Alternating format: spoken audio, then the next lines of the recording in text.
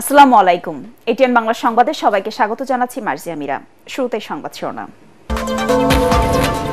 জয় বাংলাকে জাতীয় স্লোগান করে হাইকোর্টের রায় আপিল বিভাগ স্থগিত। অর্থ পাচার মামলায় তারেক রহমান ও গিয়াসউদ্দিন আল মামুনকে অব্যাহতি।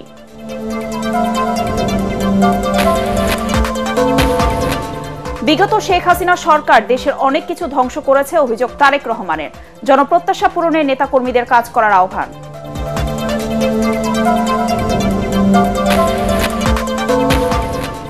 ভারতের পররাষ্ট্র সচিবের সফরে ঢাকা দিল্লির সম্পর্কের বরফ গলবে আশা বিশ্লেষকদের। দুদেশের মানুষের প্রত্যাশা উপলব্ধি করার তাগিদ।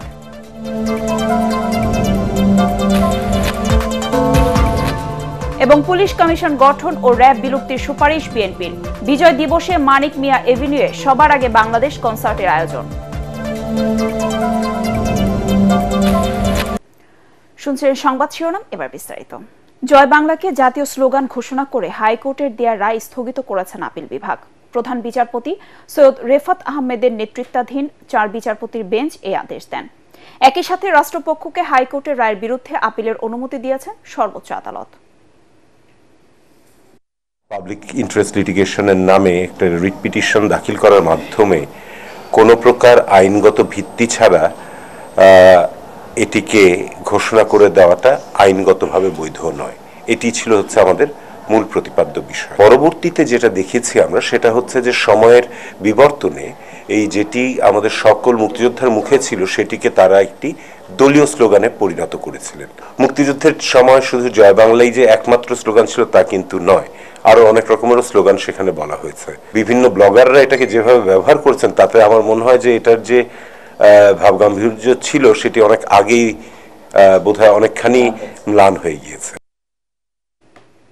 অর্থ পাচার মামলায় বিএনপির ভারপ্রাপ্ত চেয়ারম্যান তারেক রহমানের 7 বছরের সাজা স্থগিত করেছেন আপিল বিভাগ। প্রধান বিচারপতি সৈয়দ রেফাত আহমেদের নেতৃত্বাধীন 6 বিচারপতির আপিল বেঞ্চ এই আদেশ দেন। এদিকে বিস্ফোরক দ্রব্য আইনের মামলায় 12 বছরের সাজা থেকে বিএনপির কেন্দ্রীয় নেতা রুহুল কুদ্দুস তালুকদার দুলুকে খালাস দিয়েছেন হাইকোর্ট। অ্যাপিলের এগেনস্টে আমরা গিয়েছি, অ্যাপিল লিভ দিয়েছেন আমাদেরকে এবং আগামী 31 ডিসেম্বরের মধ্যে কনসাইজ স্টেটমেন্ট আমাদেরকে এবং দুদককে দাখিল করতে বলেছেন। আর সবচেয়ে উল্লেখযোগ্য হচ্ছে শেখ হাসিনা ওয়াজেদ যে 7 বছরের সাজা দিয়েছিলেন সেই সাজাটা স্টে করা হয়েছে। এই মামলায় 2 জন আসামি, 2 জনের ক্ষেত্রেই 2টি আপিলে সাজা স্টে করা হয়েছে। পতিত শেখ হাসিনা সরকার দেশের অনেক কিছু ধ্বংস করে দিয়েছে অভিযোগ করে বিএনপির ভারপ্রাপ্ত চেয়ারম্যান তারেক রহমান বলেছেন, সবাইকে নিয়ে জবাবদিহিমূলক সরকার প্রতিষ্ঠা করতে চায় বিএনপি।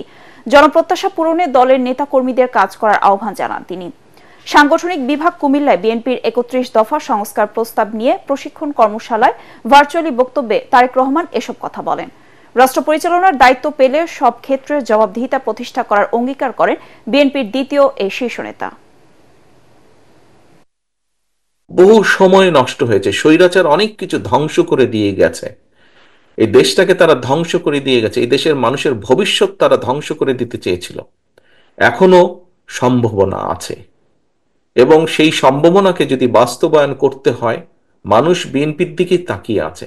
বিএনপি হিসাবে আসুন আমরা মানুষের সেই প্রত্যাশা পূরণের জন্য আমাদের সর্বোচ্চ দিয়ে আমরা চেষ্টা করি। শুধু নিজের কথা ভাবলে হবে না, আসুন আমরা দেশ এবং মানুষের কথা ভাবি। আসুন জীবনে বেঁচে থাকার জন্য যতটুকু আপনার প্রয়োজন আমরা ততটুকু করি, বাকি সময়টুকু আসুন আমরা মানুষ এবং দেশের জন্য ব্যয় করি। তাহলে আপনি মানুষের মধ্যে চিরস্মরণীয় হয়ে থাকবেন। ভারতের পররাষ্ট্র সচিব বিক্রম মিশ্রির ঢাকা সফরের ফলে দুদেশের সম্পর্কের মধ্যে সন্দেহ এবং অবিশ্বাস কমবে বলে মনে করছেন আন্তর্জাতিক সম্পর্ক বিশ্লেষকরা। তবে পরস্পরের আস্থা অর্জনে দুদেশের মানুষের প্রত্যাশাও বুঝতে হবে বলে মনে করেন তারা। মিশ্রির বহুল আলোচিত এই সফরে ঢাকা দিল্লির সম্পর্কের গতি প্রকৃতি বুঝতে আগামী কিছুদিন পর্যবেক্ষণ করার কথা জানান বিশ্লেষকরা। ফজলে রাব্বির রিপোর্ট। বহুল আলোচিত ভারতের পররাষ্ট্র সচিব বিক্রম মিশ্রি বাংলাদেশ সফরে দিল্লি ও ঢাকা পারস্পরিক সম্পর্ক উন্নয়নে নিজেদের আগ্রহের কথা জানিয়েছে। একই সাথে জানিয়েছে কিছু দাবি দেওয়া। মোটা দাগে ঢাকার প্রত্যাশা, ভারতে অবস্থানরত পতিত সরকারের প্রধানমন্ত্রী শেখ হাসিনা যেন বাংলাদেশকে অস্থিতিশীল করতে না পারে, ভিসা সহজীকরণ ও ধর্মীয় ইস্যুতে অপপ্রচার বন্ধ করা। আর সম্পর্ক উন্নয়নের জন্য দিল্লি চায় সংখ্যালঘুদের নিরাপত্তা ও বাংলাদেশে স্থিতিশীল রাজনৈতিক পরিস্থিতি। একটা জিনিস তারা হাইলাইট করেছে যে ভারত সেই ধরনের একটা বাংলাদেশের সাথে কাজ করতে চায়, যেই বাংলাদেশ ডেমোক্রেটিক বলছে, স্টেবল বলছে, পিসফুল বলছে, প্রোগ্রেসিভ বলছে এবং একেবারে শেষে বলছে ইনক্লুসিভ। তো এটাকে যদি আমরা একটু ভেঙে যদি চাই তাহলে বোঝাই যাচ্ছে যে তারা একটা নির্বাচিত সরকার চাচ্ছে এবং সেটা আসলে তাদের হয়তো কাজ করতে হয়তো সুবিধা হবে। দুই দেশের সম্পর্ক কথায় না কাজের উপর নির্ভর করছে বলেও জানান বিশ্লেষকরা। তবে বাংলাদেশের রাজনৈতিক পট পরিবর্তনের পর আনুষ্ঠানিকভাবে দুই দেশের পররাষ্ট্র সচিব পর্যায়ের বৈঠককে ইতিবাচকভাবে দেখছেন তারা। একই সাথে বৃহৎ প্রতিবেশী হিসাবে ভারতের দায় ও দায়িত্বপূর্ণ আচরণ বেশি প্রত্যাশিত বলেও জানিয়েছেন আন্তর্জাতিক সম্পর্ক বিশ্লেষকরা। জনগণের ইচ্ছা অনুযায়ী যে কোনো রাষ্ট্রের সাথে আমার দেশের স্বার্থ অনুযায়ী কনভার্জেন্স অফ ইন্টারেস্ট তৈরি করা, সেটা গুরুত্বপূর্ণ। তো সেই কনভার্জেন্স অফ ইন্টারেস্টের জায়গাগুলোতে যদি কিছু কিছু ক্ষেত্রে পজিটিভ আনা যায়, তখন সেটা একটা spill over effect long time relationship পড়বে। আর যদি সেই কনভার্জেন্স অফ ইন্টারেস্টগুলো আইডেন্টিফাই করার ক্ষেত্রে ডিফিকাল্টিস দেখা দেয়, তখন হয়তো জটিলতা তৈরি হওয়ার আশঙ্কা থাকে। বাট বৈঠকের পরের দুই ফরেন সেক্রেটারির যে ব্রিফিং, সেটাতে বোঝা গেছে দুই দেশই তাদের সম্পর্কের ব্যাপারে ওয়াকিবহাল এবং এটাকে এগিয়ে নেওয়ার ব্যাপারে তাদের মধ্যে আগ্রহ আছে। ভারতের যে সমালোচনাটা আছে বাংলাদেশে যে একতরফা সে অনেক কিছু নিয়ে নিচ্ছে, সেই জায়গায় যেন পরিবর্তনটা হয়। এখন কথাটা বলা এক কথা, যতক্ষণ পরিবর্তন না হবে ততক্ষণ আমার মনে হয় আমাদের দেখা দরকার যে আসলে কিভাবে এই পরিবর্তনটা করবে। সম্পর্ক এগিয়ে নিতে দুই দেশের মানুষের মনস্তাত্ত্বিক গঠন ও চাহিদা ভারত বাংলাদেশের নীতি নির্ধারকদের উপলব্ধি করে কর্মপন্থা নির্ধারণ করতে হবে। একই সাথে তাদের মধ্যে যোগাযোগ ও বন্ধুত্বপূর্ণ সম্পর্ককে গুরুত্বের সাথে বিবেচনা করতে হবে বলে মনে করেন এই বিশ্লেষকরা। ফজলে রাব্বি, এটিএন বাংলা, ঢাকা। পুলিশ বাহিনীকে জনবান্ধব, রাজনৈতিক প্রভাবমুক্ত পেশাদার বাহিনী হিসেবে গড়ে তুলতে কমিশন গঠন সহ বেশ কিছু সংস্কার প্রস্তাব করেছে বিএনপি। চেয়ারপারসনের গুলশান কার্যালয়ে সংবাদ সম্মেলনে বিএনপির স্থায়ী কমিটির সদস্য ও দলের পুলিশ সংস্কার কমিটির প্রধান অবসরপ্রাপ্ত মেজর হাফিজউদ্দিন আহমেদ এসব প্রস্তাব তুলে ধরেন। এ সময় তিনি বলেন, গত 16 বছরে দেশের প্রতিটি প্রতিষ্ঠান ধ্বংস করে দিয়েছে আওয়ামী লীগ। তিনি বলেন, জুলাই বিপ্লবের আন্দোলন দমানোর নামে তারা সহস্রাধিক হত্যা ও অসংখ্য মানুষকে রক্তাক্ত করেছে। তাই এই বাহিনীর সংস্কার জরুরি বলে মত দেন মেজর হাফিজ। মহান বিজয় দিবস উদযাপনে 16 ডিসেম্বর কনসার্ট করবে সবার আগে বাংলাদেশ। গুলশান এভিনিউয়ের উদয় টাওয়ারে সংবাদ সম্মেলনে এ তথ্য জানান সংগঠনটির আহ্বায়ক ও বিএনপির যুগ্ম মহাসচিব শহীদউদ্দিন চৌধুরী অ্যানি। মানিক মিয়া এভিনিউতে এই কনসার্ট হবে। সংবাদ সম্মেলনে তিনি আরো বলেন, বাংলাদেশের নিজস্ব সংস্কৃতি ধরে রাখতে হবে। নতুন প্রজন্মের কাছে বাংলাদেশের নিজস্ব সংস্কৃতি তুলে ধরতে চান তারা। মহান মুক্তিযুদ্ধ নিয়ে আমাদের বিশেষ আয়োজন মুক্তিযুদ্ধের বিজয়গাথা।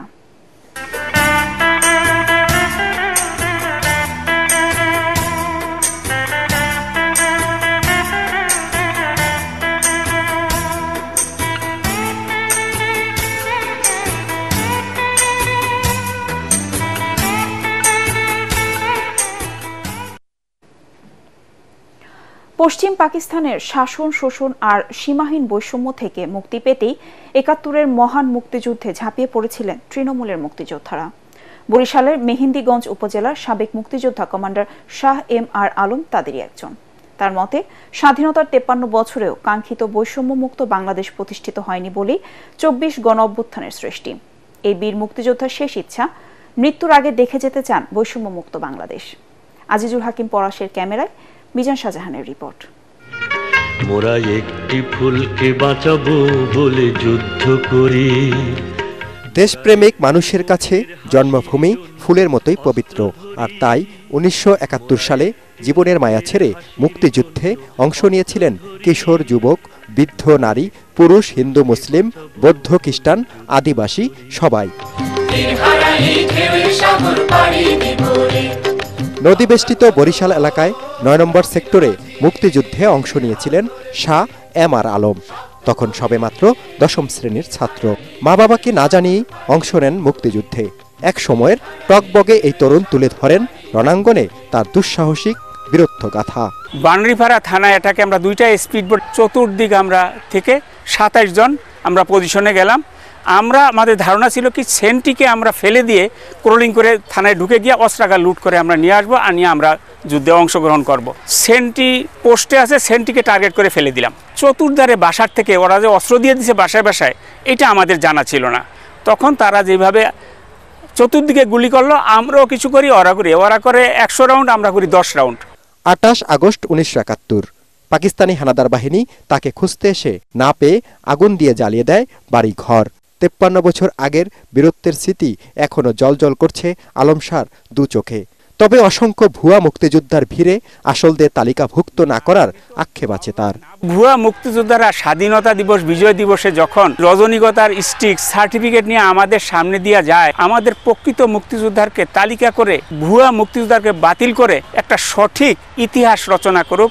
কালো চুলওয়ালা তরুণ যারা 24-এর বিপ্লবের সফল নায়ক, তাদের ঘিরে স্বপ্ন দেখেন বরিশালের মেহেন্দিগঞ্জ উপজেলার সাবেক মুক্তিযোদ্ধা কমান্ডার আলম শাহ। তার বিশ্বাস বৈষম্যমুক্ত বাংলাদেশ একদিন হবেই। হৃদয়ে অতৃপ্তি রবে, সাঙ্গ করি মনে হবে, শেষ হইয়াও হইল না শেষ।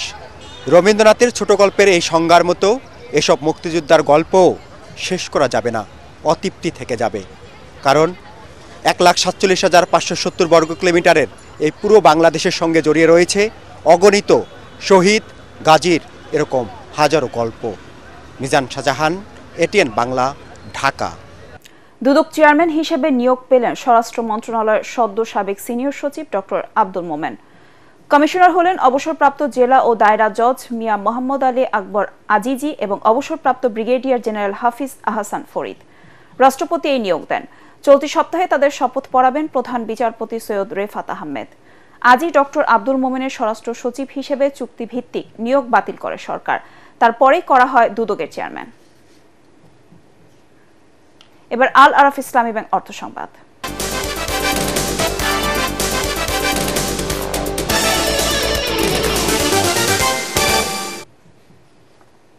বাস্তবতাকে মেনে নিয়ে ভোজ্য তেলের দাম বাড়ানো হয়েছে বলে মন্তব্য করেছেন বাণিজ্য উপদেষ্টা শেখ বশির উদ্দিন।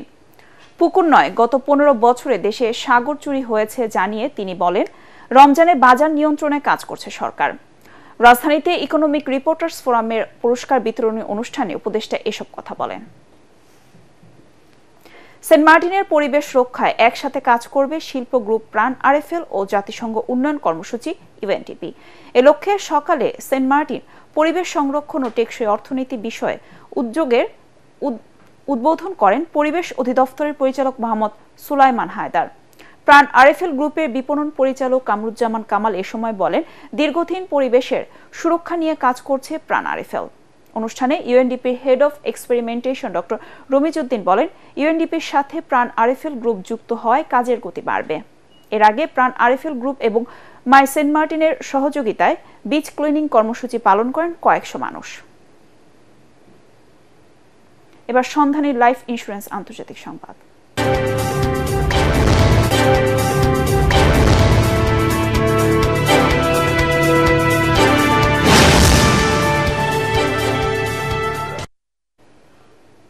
প্রেসিডেন্ট বাশার আল আসাদকে ক্ষমতাচ্যুত করে স্বাধীনতা ও ন্যায় বিচারের আকাঙ্ক্ষা অর্জন করায় সিরিয়ার জনগণকে অভিনন্দন জানিয়েছে ফিলিস্তিনি স্বাধীনতাকামী সংগঠন হামাস।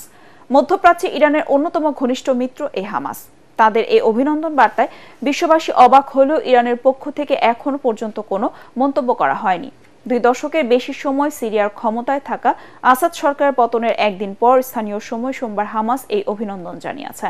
ফিলিস্তিনি জনগণের প্রতি সমর্থনের ক্ষেত্রে আসাদ পরবর্তী সিরিয়া ঐতিহাসিক ও গুরুত্বপূর্ণ ভূমিকা অব্যাহত রাখবে বলে আশা করছে হামাস। আলাদা বিবৃতিতে ইরান সমর্থিত আরেক গোষ্ঠী ও হামাসের মিত্র ইসলামিক জিহাদের প্রধান জিয়াদ আল নাখালাও একই কথা বলেছেন। শেষ করার আগে সংবাদ শিরোনাম আরেকবার। জয় বাংলাকে জাতীয় স্লোগান করে হাইকোর্টের রায় আপিল বিভাগে স্থগিত। অর্থ পাচার মামলায় তারেক রহমান ও গিয়াসউদ্দিন আল মামুনকে অব্যাহতি। বিগত শেখ হাসিনা সরকার দেশের অনেক কিছু ধ্বংস করেছে অভিযোগ তারেক রহমানের। জনপ্রত্যাশা পূরণে নেতাকর্মীদের কাজ করার আহ্বান।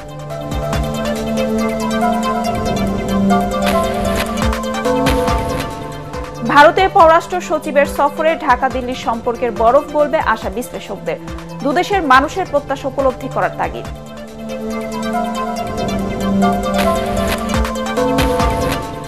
এবং পুলিশ কমিশন গঠন ও র্যাব বিলুপ্তির সুপারিশ বিএনপির। বিজয় দিবসে মানিক মিয়া এভিনিউয়ে সবার আগে বাংলাদেশ কনসার্টের আয়োজন।